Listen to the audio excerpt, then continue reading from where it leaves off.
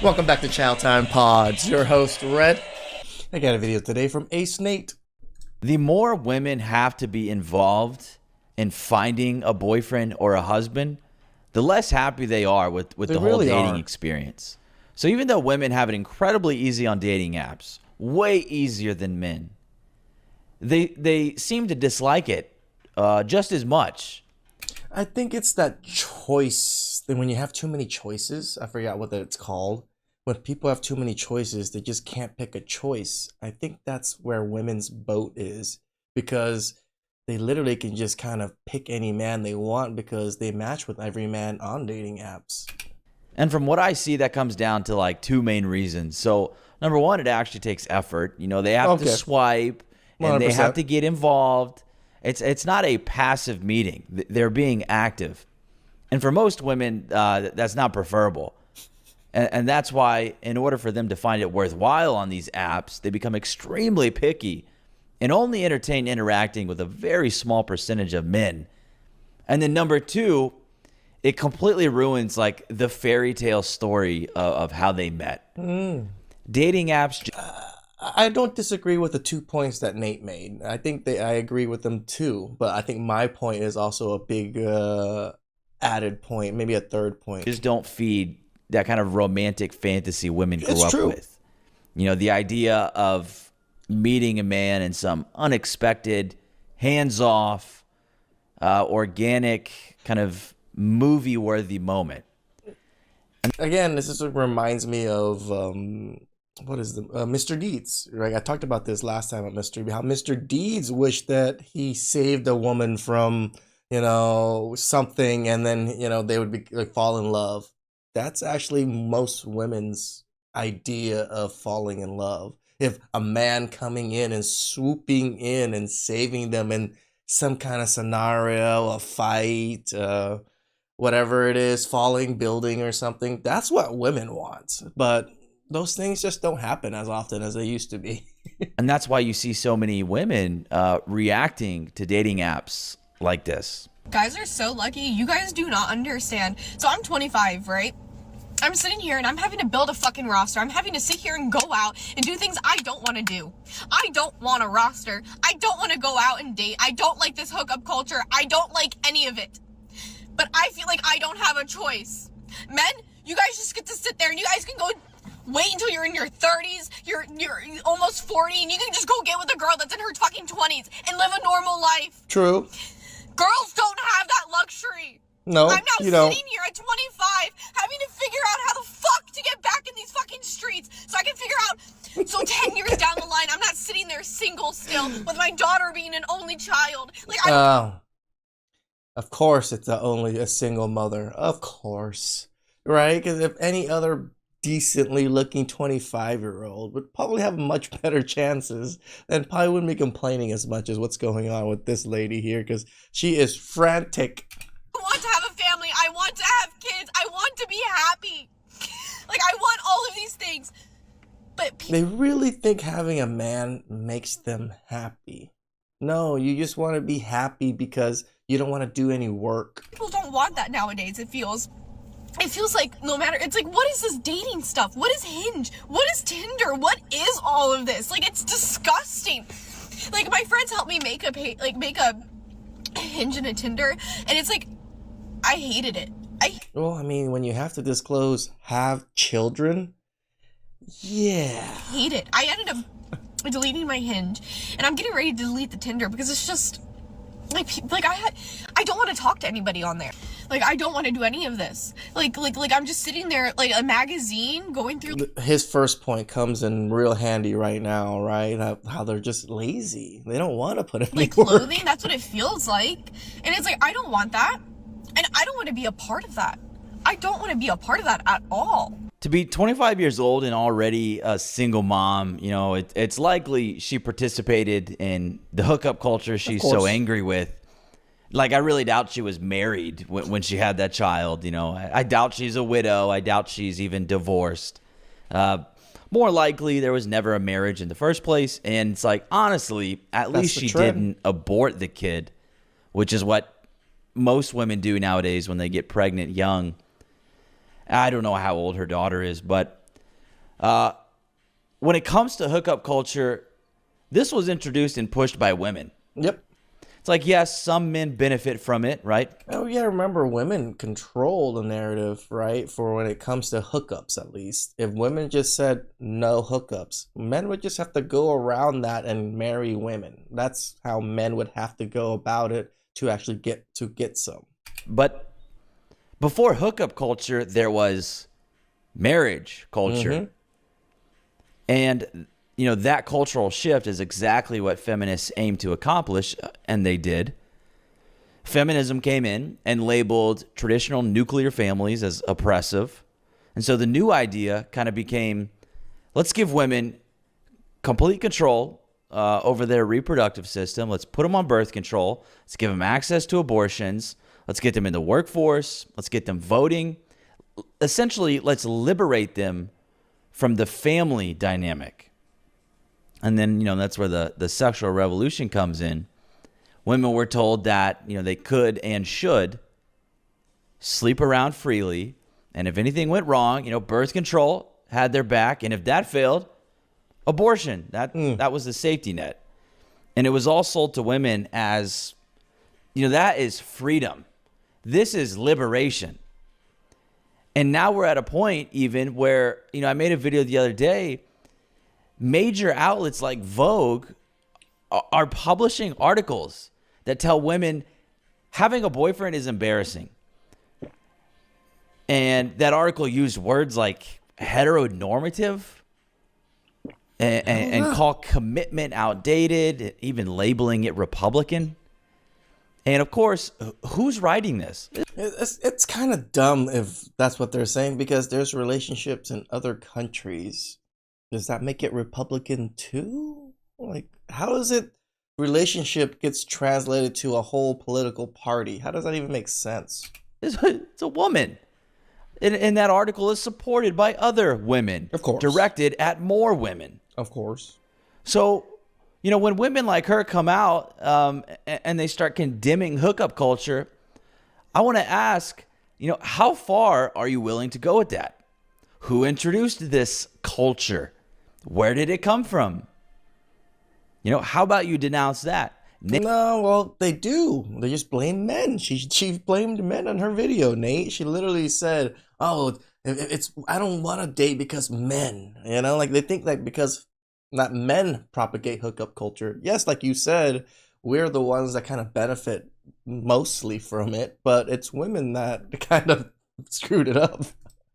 Name its creator and condemn it for other women to hear. And then, you add in the message of like, to the women, don't lower your standards. You deserve the best. Only date up. Always up, up, up, up. Of course, that then encourages women to hook up with men who would never commit to them. And you know what, man? A lot of the time, these women they're cool with it. They're cool with it until they're not. Yeah. So I mean, until they start hitting the wall and start worrying about fertility and things, yeah. paid for Hinge and I literally ran out of people on day one. I paid for whatever the most expensive Hinge How the hell did you go through all the people in one day? membership is. I did 1 week, and I'm pretty sure it's Hinge, but whatever the $25 a week one is, I paid for 1 week. I ran out of people in 1 day. I have only had the membership for 1 day, and it's already saying, oops, we're out of people. Change your parameters. You know what my parameters are?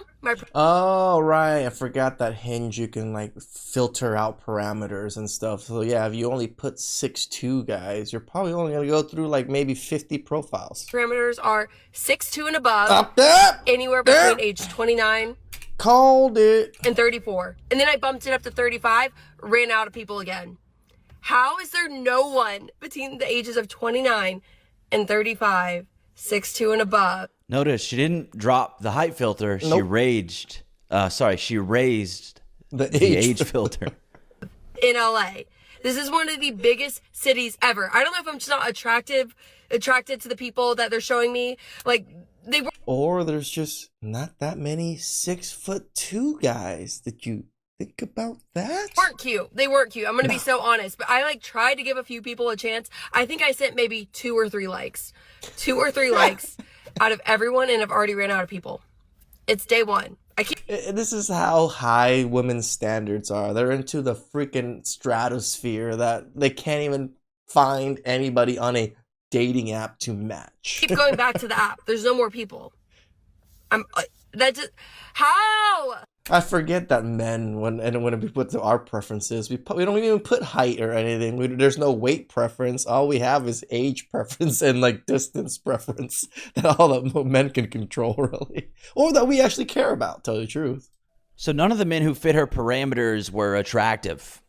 Okay, then perfect. You guys would have gone great together. What's the issue? Okay, she thinks she's too good for them. Correct. Which, of course, is an ego problem, and that doesn't get talked about enough. Nope. The amount of women who think they are superior to their looks match. And her minimum height wasn't even 6 foot. It was 6'2". There's something wrong with women today. I think there's only like 5% of men around the world that are only 6'2" and above. Hey, this hyperfixation on a specific number. Like, it's no longer, I just need you to be taller than me. Now it's, I need you to be 6 feet or above. I think it's because everything, Nate, on dating apps is just numbers and pictures now. Now you actually get to see the actual numbers and things, and they have numbers in their heads now. Before, even if they said 6 foot, if a guy was taller than them, they wouldn't really know if he's 6 foot or not, right? This number 6, I really need you to be it. 6 foot.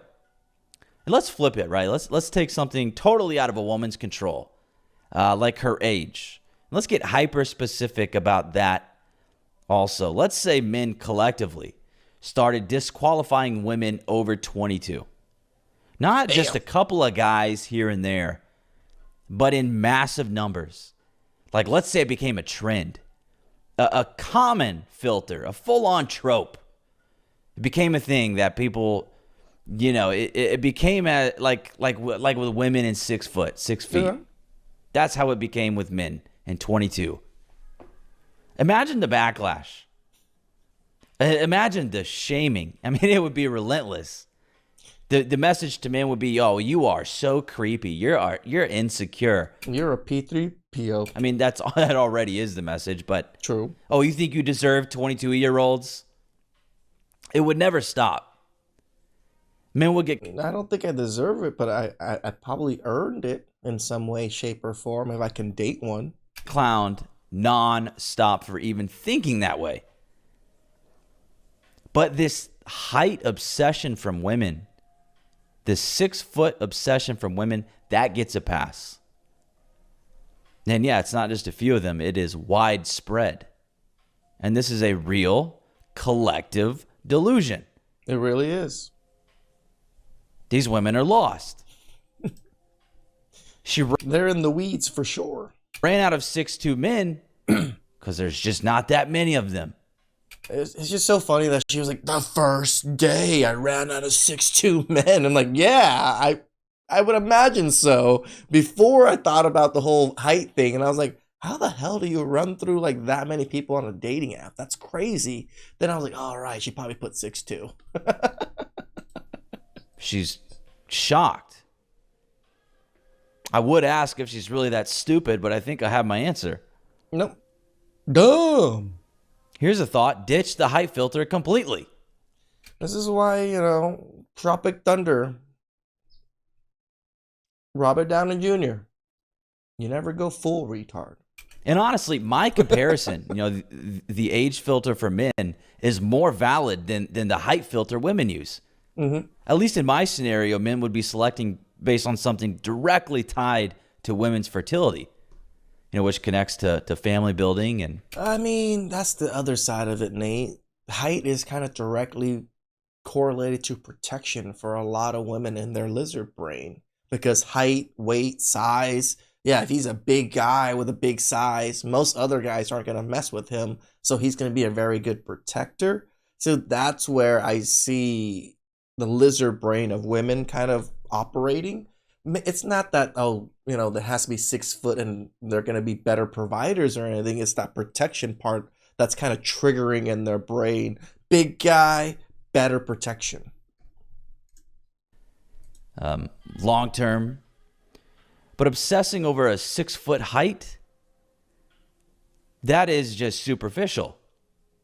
And strangely obsessed with the number 6. The women are not okay.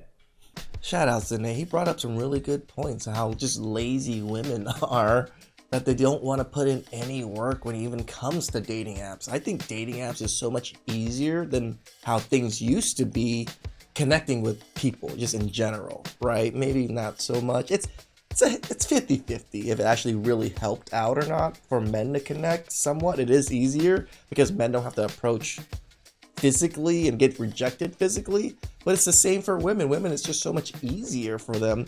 They just have to match with a certain amount of people and then kind of sift through. Where men, we can only sift through what would we match with, and it's usually not very many.